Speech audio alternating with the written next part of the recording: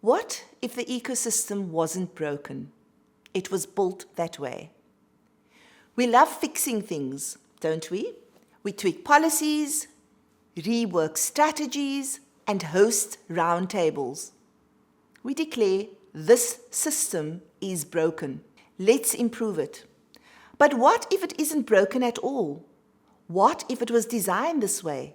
Exclusive, extractive, and inherently difficult to access.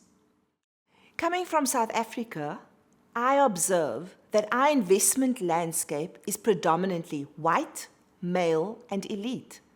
The pathways to funding, power, and opportunity are often gated, not intentionally, but as a result of our legacy.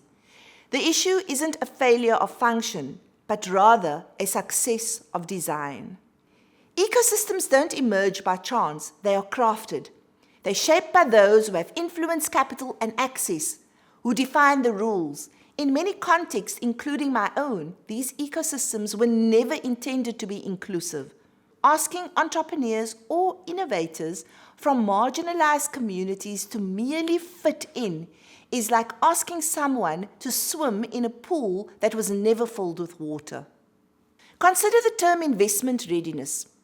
We use it frequently, but readiness according to whom? Where in our education system do we teach young people, particularly young Black women, how to navigate complex investor expectations, pitch to an audience that they don't resemble, or build networks that they weren't born into?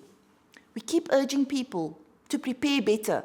Maybe it's time that we build better. This isn't just a South African issue. It plays out in rural India, underserved pockets of the USA, and refugee-led ventures in Europe. The faces vary. The barriers slightly shift, but the design flaw is global. That's why gatherings like Andy are crucial. They bring together diverse voices, but diversity isn't the end goal. Connection is. It's not just about our origins, it's about what we choose to build together. So here's the question I pose today. Can we co-design global thinking that leads to local healing?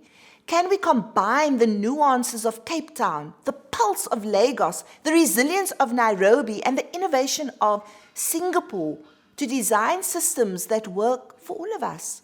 We don't need to globalize everything, but we do need to localize wisely, not by importing solutions, but by exchanging wisdom, not by copying and pasting, but by co-creating. Ecosystems reflect our beliefs about people, value, and power. If we believe in transformation, we must be willing to dismantle the original architecture.